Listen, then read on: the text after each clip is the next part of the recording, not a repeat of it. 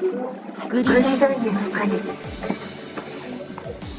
Bonjour watcher, this is Johnny Banger 45. Johnny Banger 45. In the last episode we have seen, we play more Fruit of Grisaia.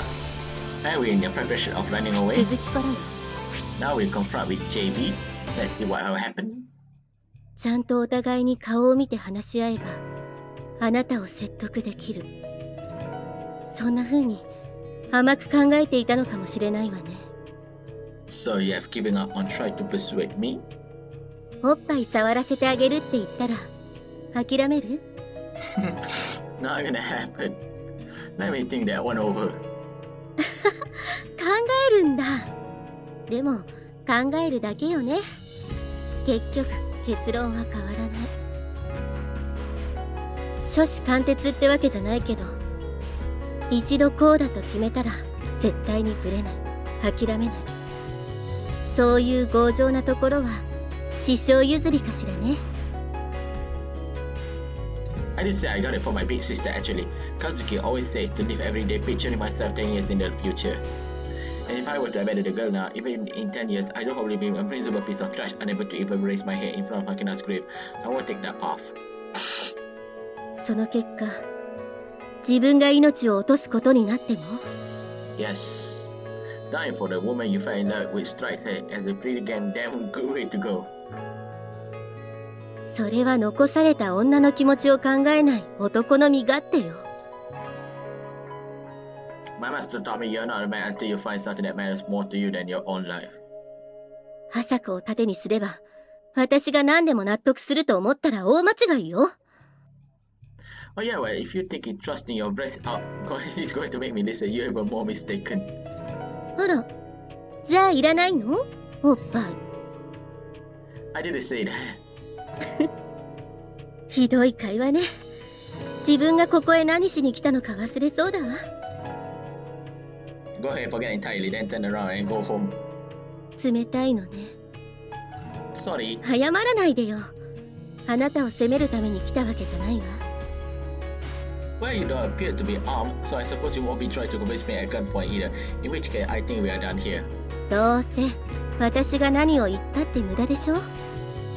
朝子も裕二もいつだってそうだった。それでももう一度だけ警告するわ。やめておきなさい。今逃げればあなたもマキナも必ず死ぬ。このまま逃げ回っていればいつかはイリスケも諦めると思っているのならそれは間違いよ。 What do you mean? これは私が独自に調べた情報だし、あまり確実とは言えないソースからの情報なのだけれど、先日の夜イリス・マキナからイリス・キヨカに電話があったそうよ。 That's right, the day the bakery was set on fire. After they turned into the dorm in tears that night, Makina definitely said she was going to call her mother, although I never heard the details. その時の電話でマキナはもうこれ以上私に関わらないでほしい。これ以上の干渉が続くようであれば過去の汚職の事実を暴露すると。母親を相手に逆に脅しをかけたらしいわ。I see they will explain this rough assassination plan, wouldn't it? そういうこと。 They pushed Ishu Masataka into an early grave to protect themselves, and now they are going to do the same to his daughter. イリス・マキナの記憶力はあなたも知っているでしょ。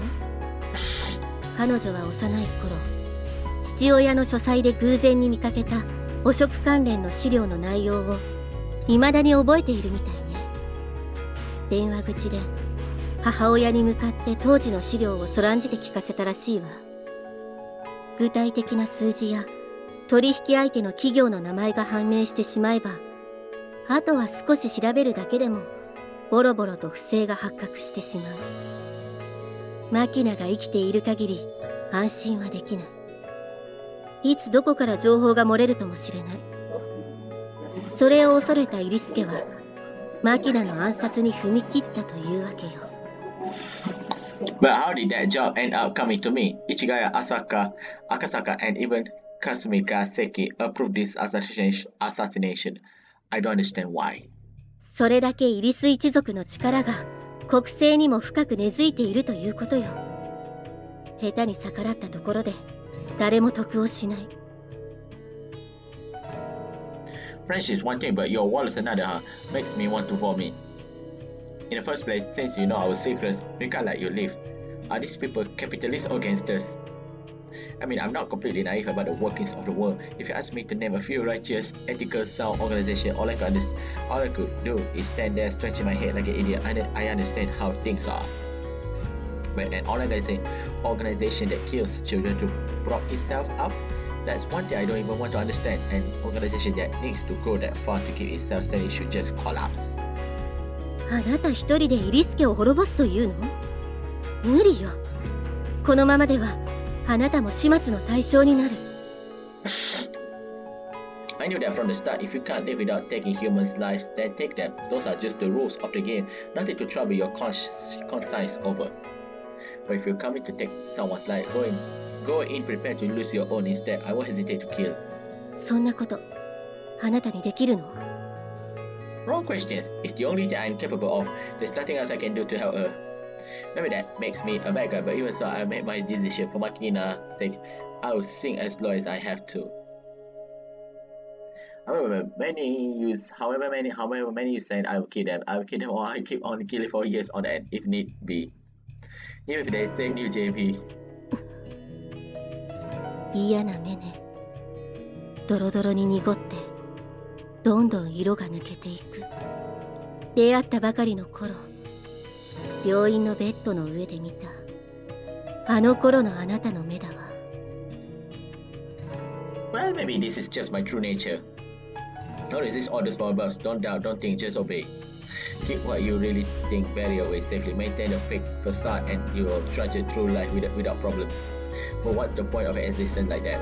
After Asako died, I lost my purpose, but now I'm found Makina, and my life has meaning again. I won't let anyone take that away. あなたにとってあの子はそれだけの価値があると？ What can I say? It seems like caring about someone can really sneak out on you little by little.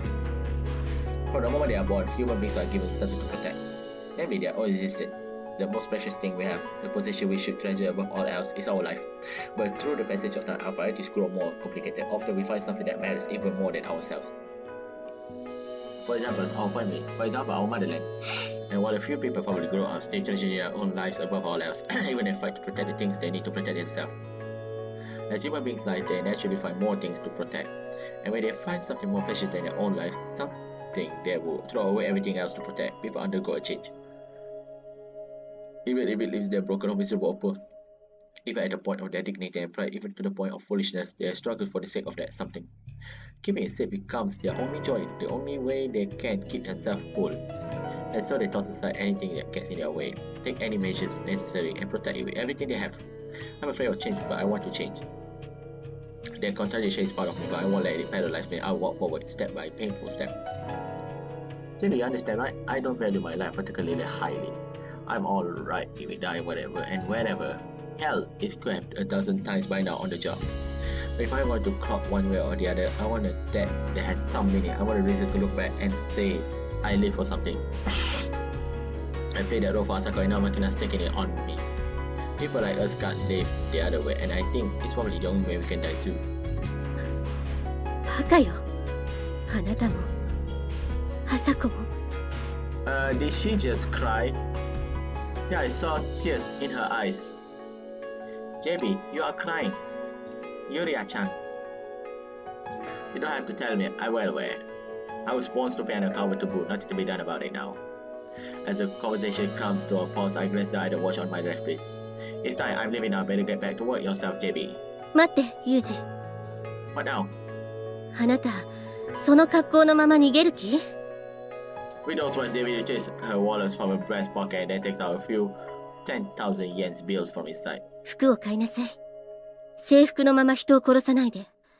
それと、女性に対するマナーの本でも買いなさい。Sorry and thank you, Julia. こんな時ばっかりジュリアって呼ばないで。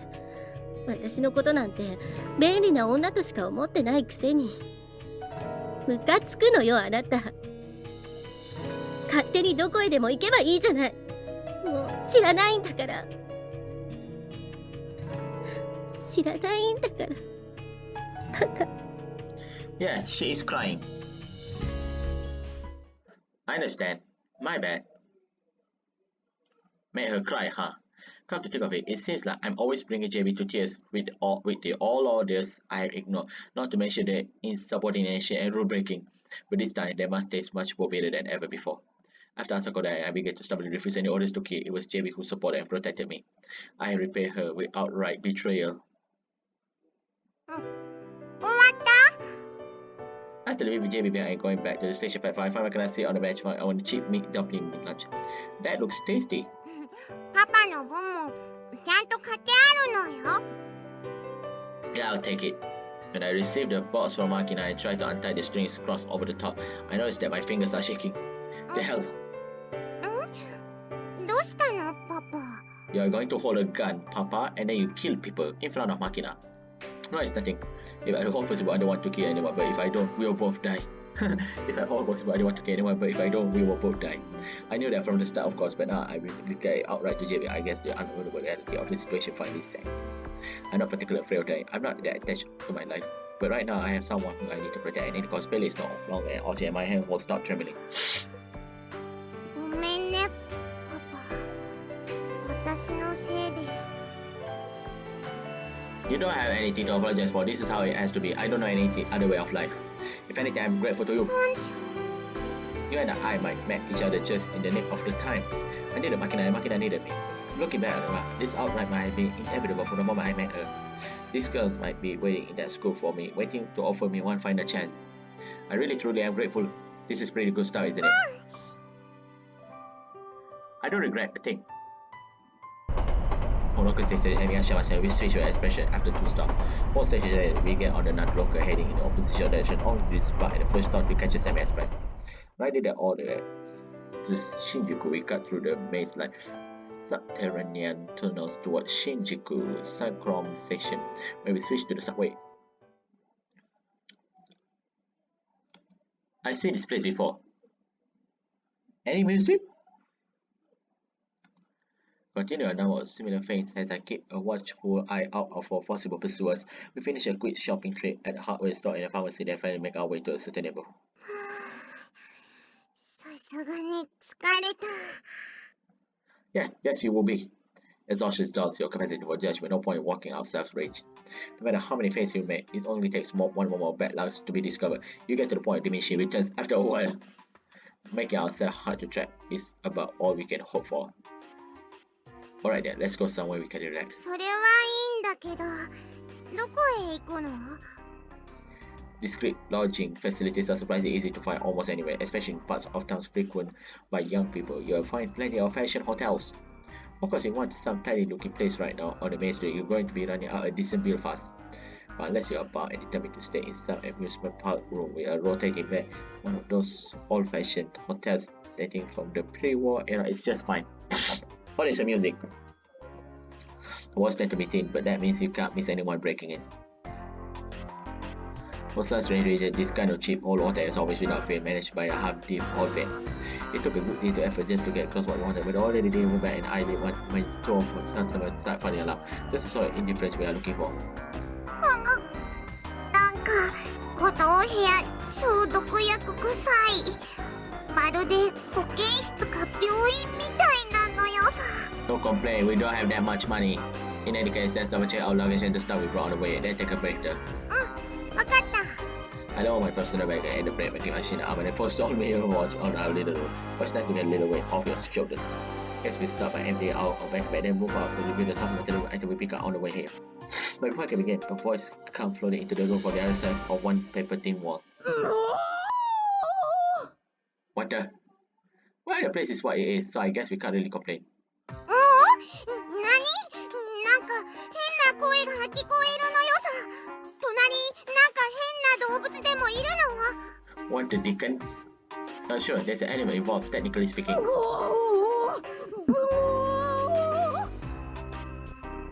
Someone are having sex right now.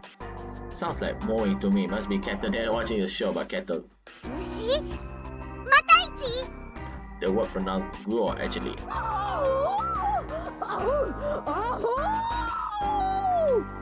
誰が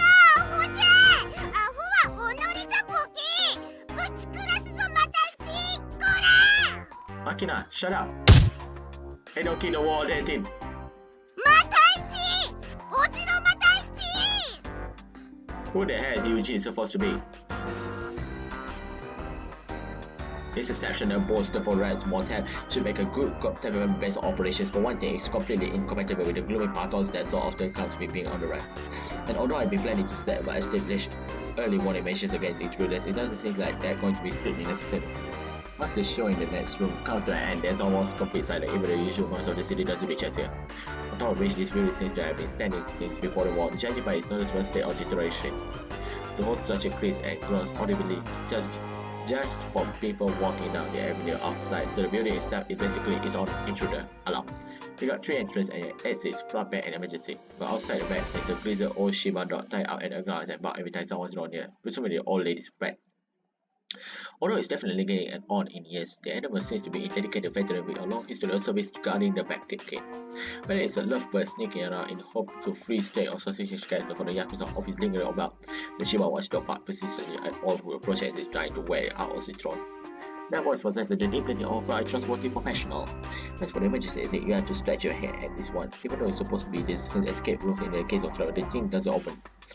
So for the fire department does seem to have stopped by for a lecture since there's a green light at the end of the hallway indicating the exit, but the door itself is more much completed before the icicle outside of the building. That take long only to discover this room by the bicycle lost between the building next door.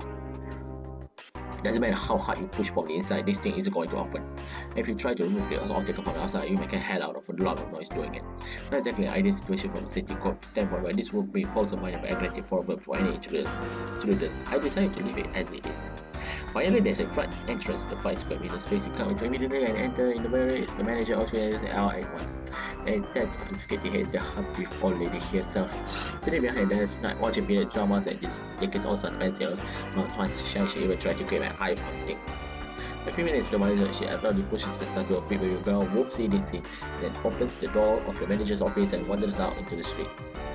As if he wondered what's so important that the woman left her building completely unattended, at which point she returns with a box of cigarettes in hand. Since she's hopping down to the local liquor store to get herself some smoke, I think it's safe to conclude her management of the premises is somewhat on the pre-functionary side. Well, better than no one at all, probably. But just to be on the safe side, I decided to install a single motion detector security light I purchased at the hardware store. Under the eaves at the front of the building, the old lady accepts this thing easily enough. She's apparently deeply impressed to learn that in our convenient modern world, where a mere 3,000 a year can buy you a light that plays and automatically when people approach.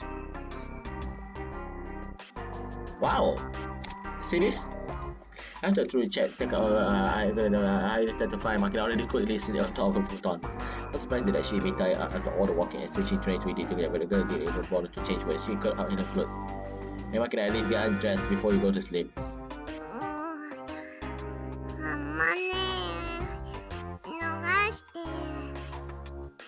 Aman is not here.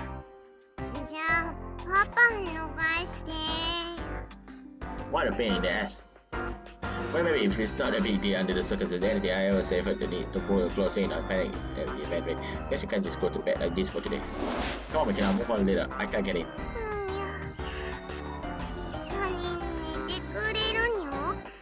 Don't say no, kid. Given the layout of this room, it's more convenient if you sleep in one place.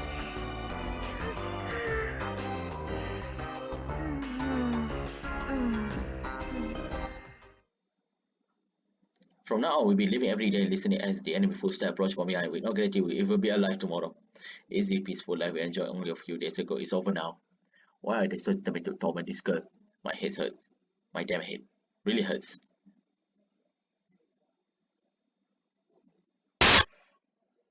Nani? ああ、失態だね。これは大失態だよ、ハルデラ君。まさか君が飼い犬に手を噛まれるとはね。申し訳ありません。勇敢である君には随分と目をかけてきたつもりだし、私もそれなりの便宜を図ったつもりだったが。これは私に見る目がなかったということなのかな。いえ、決して。でもさ、君、実際逃げちゃったんだろ ?9029 号がさ。そりゃね、9029は特別な番号だ。過去の経歴を含め君に一任するのがベストだと思っていたさ。何せ君はあの命令無視の常習犯だった草壁麻子をコントロールできる唯一の人間だったんだからね。それがどうだい、今回のこのざまは。首輪を引きちぎって逃げたって言うならまだいいさ。どうせ名簿には乗っちゃいない男だ。こっそりと処分してしまえばいいだけの話だ。だが安泰を連れて逃げたとなれば、そりゃ話は別だよ君。これはもう命令無視なんて話じゃない。国家反逆罪だよ。どう責任を取るつもりなのかね。申し訳ありません。ハルデラ君、君ね。私は別に謝ってもらいたくてこんなことを言ってるわけじゃないんだよ。ハートはなんだね、ハートは。まったく冗談じゃないよ。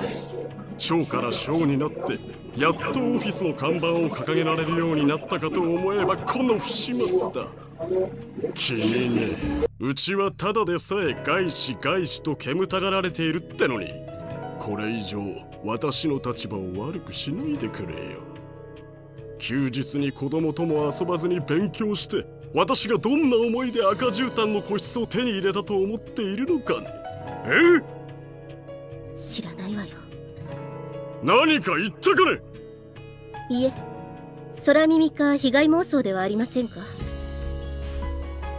とにかくだ、9029号の立ち寄り先の予想リストをすぐに用意してくれたまえ。ですから先ほど説明させていただいた通り、9029号が逃亡した場合、一度でも足を踏み入れた場所は避けるはずです。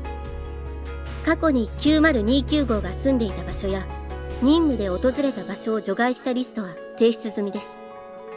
それとこれはあくまでも勘の域を出ない推測ですが、9029号はかなりの高確率で都内に、それもここからそう遠くない場所に潜伏していると思われます。ああ、それは飼い主としての直感かね。一応君の言う通りに二種装備の捜査官を待機させてはいるが、漠然と都内と言われてもだね。クローバー12より緊急、内容29を発見。現在追尾中。場所は港区新橋2丁目、烏森神社方面から汐留方面へ向けて徒歩で移動中。服装は黒のスーツに青系のネクタイ。手荷物の類は所持認められず、指示を求めております。安泰はイリス・マキナは一緒にいるのか。いえ、単独です。よし、確保だ。いえ、ダメですよ。そのまま尾行を続けさせてください。ここは下手に刺激せずに新宿と渋谷の実動を応援に回して潜伏先を突き止める方が先決です。確保して尋問すれば済む話ではないのかね。相手は9029号なんですよ。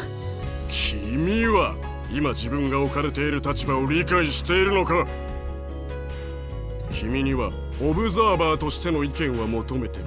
作戦に対する決定権は与えられてはいない。ではご自身の責任で発令を。私はステイを進言したということをお忘れなく。まあいいだろう。ファレル君、とりあえずは現状維持だ。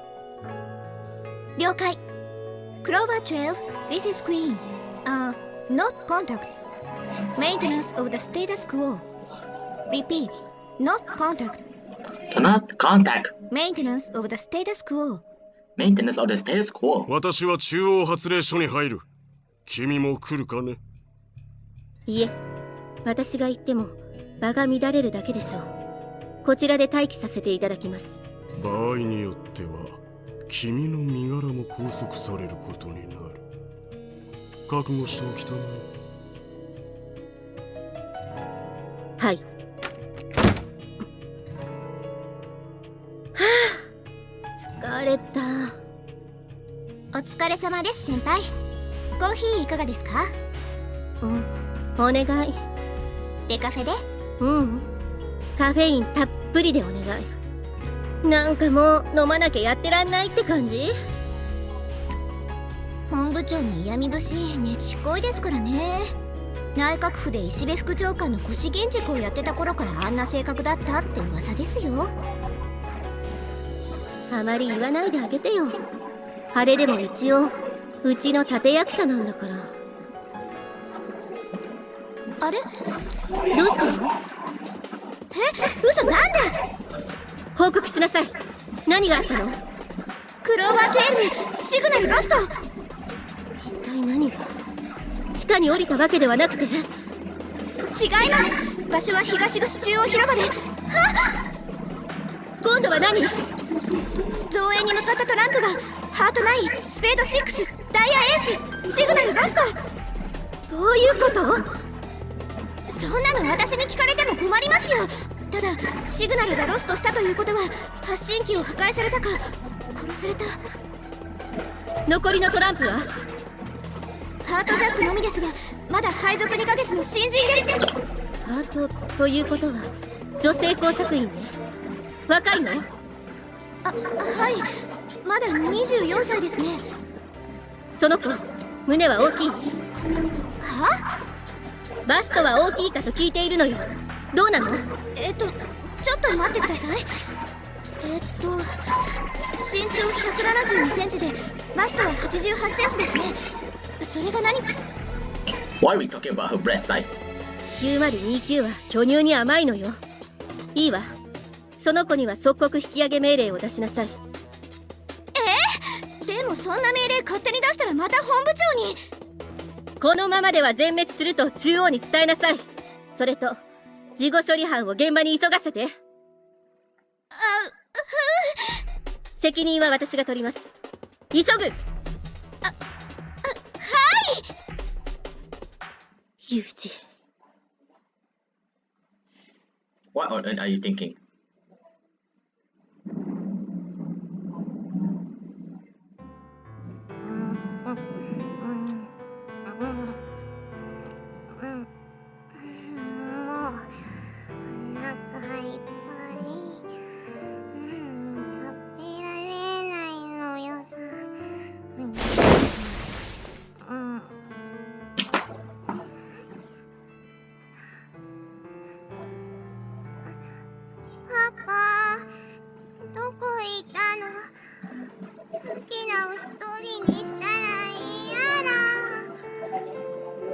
I'm right here, Makina. も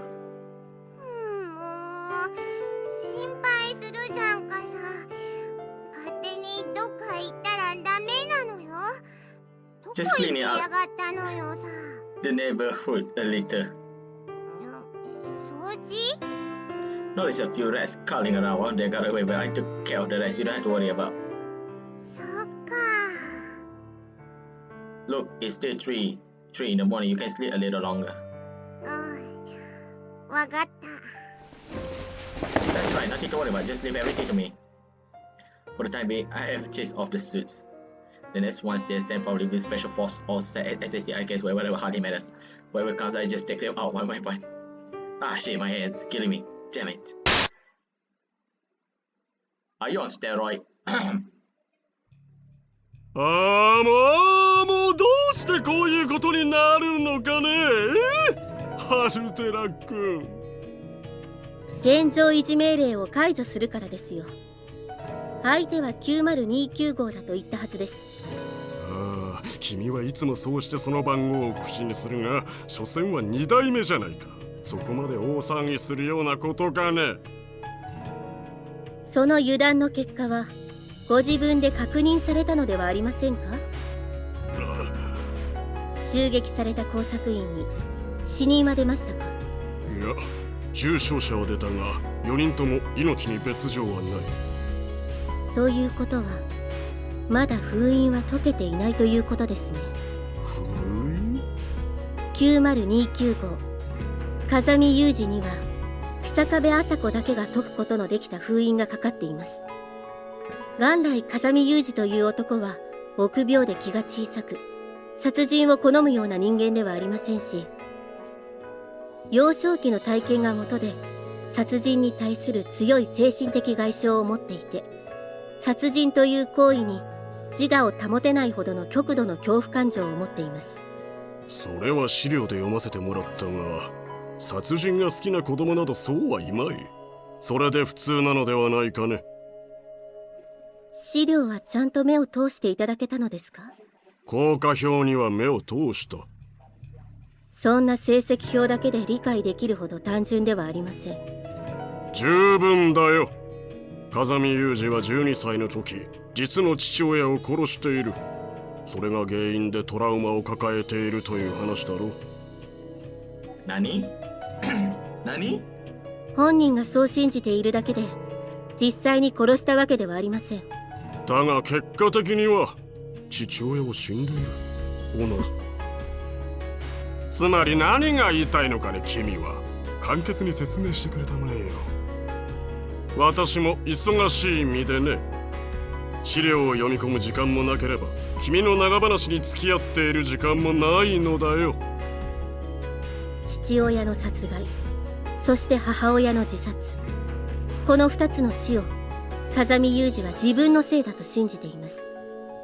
おう。そして幼かった彼はその呵責に耐えることができなかった。そしてその呵責を取り除くために日下部麻子は彼に暗示をかけたのです。弱い者を守るために戦ったのだから何も間違っていない。お前は正しいことをしたのだと。その結果、風見雄二は殺人を事故で正当化できるようになったというわけか。いいえ、違います。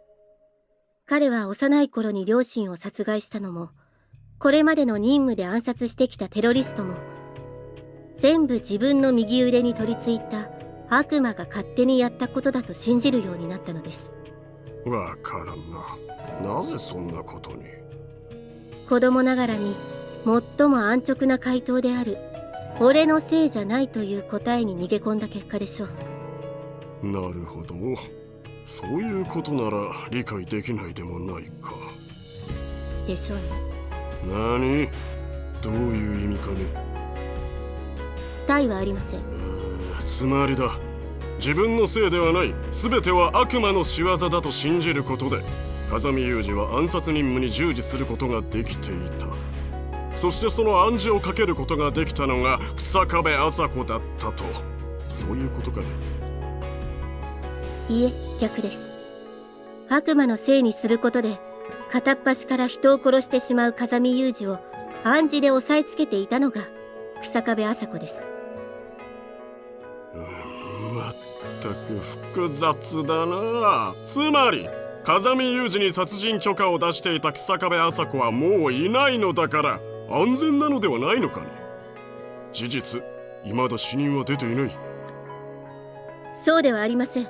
違います。人を殺すなと暗示をかけ続けていた麻子はもういないのです。いつ暗示という封印が解けてしまうか予想がつきません。その暗示というやつは簡単に解けてしまうようなものなのかね。わかりません。ただ一つ言えることは、この暗示は麻子の言葉をキーワードとした風見雄二自身の自己暗示と思われます。もし風見雄二にとって日下部麻子と同等、もしくはそれを超える存在を意識したとき、同時に自己暗示も解けてしまう可能性が高いと思われます。自己暗示が解けた場合、風見雄二はどうなる？ He will kill each people until he died. 自分の守るべき対象にとって有害であると認識したものを片っ端から排除していくことでしょう。日下部麻子が健在であれば、そんな風見雄二も道具としてコントロールも可能でしたが、今となっては。道具とはどういう意味かね。極めて殺傷能力の高い国防装置という意味です。ですが今はそう、例えるなら手榴弾のようなものです。手榴弾には不用意な暴発を防ぐためにセーフティーピンが刺さっています。そのたった一本のチャチなピンがあるから腰にぶら下げて歩くことができるのです。そしてそのピンを引き抜き敵陣に投げ込むのが戦士。風見雄二のピンを抜けるのは戦士である草壁麻子だけだった。私たちは草壁麻子の道具である風見雄二をいじくり回しているうちにピンを抜いてしまいそうになっているのです。目的もなくピンを抜かれた手榴弾は誰であろうと区別なくその場にいる人間を全て巻き込んでひき肉にします。草壁麻子がいない今、ピンが抜けてしまえばおそらく彼は暴走するでしょう。 I believe that's where he got a headache.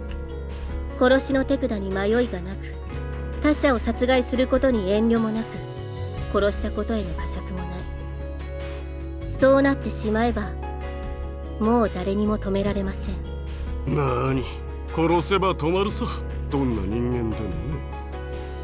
壊れた部品を使い捨てにするようで心苦しい限りだが、彼には殉職してもらおう。それでお任せします。まったく面倒な狂犬を逃がしてくれたもんだ。私は中央に戻るが、何か思い出したことがあればいつでも連絡してくれたまえ。はい。参った。何かあるたびに私のところへ来るの勘弁してくれないかしら。なんかえらいことになってきましたね。あなた仕事しているふりしながら盗み聞きしてたわね。やだな、ちゃんと仕事してましたよ。先輩が提出した風見雄二の資料大体読み終えました。何やら凄まじい過去と経歴ですね。そう？うちではそれほど珍しくもないでしょうに。その手の不幸を背負った犬なんてうちにはゴロゴロいるわよ。本部の方ではどうするつもりなんでしょうね。さあでもまあ CSS や NSA の捜査員には限界があるでしょうし、今頃本部長は本社のお偉いさんと特殊作戦部隊を何単位派遣してもらえるのか交渉してるんじゃないかしら。 Oh no, special force. 本国の精鋭が出向してくるとなると、さすがの902も店じまいですかね。そうね。生きて戻ってくる確率はほぼゼロでしょうね。けどあの子は草壁麻子が育てた犬よ。一度牙を剥いた相手にはたとえ手足をもがれようとはって飛びつき喉笛に食らいつけ、首を落とされても睨みつけて呪い殺せと訓練されてるわ。子犬の頃から年間6万ドルもの税金をかけて育てた犬よ。私たちは一番厄介な犬を敵に回しているという事実から目を背けてはいけないのよ。でもEven if you wipe out the enemies who come for you, they'll never stop coming, Yuji.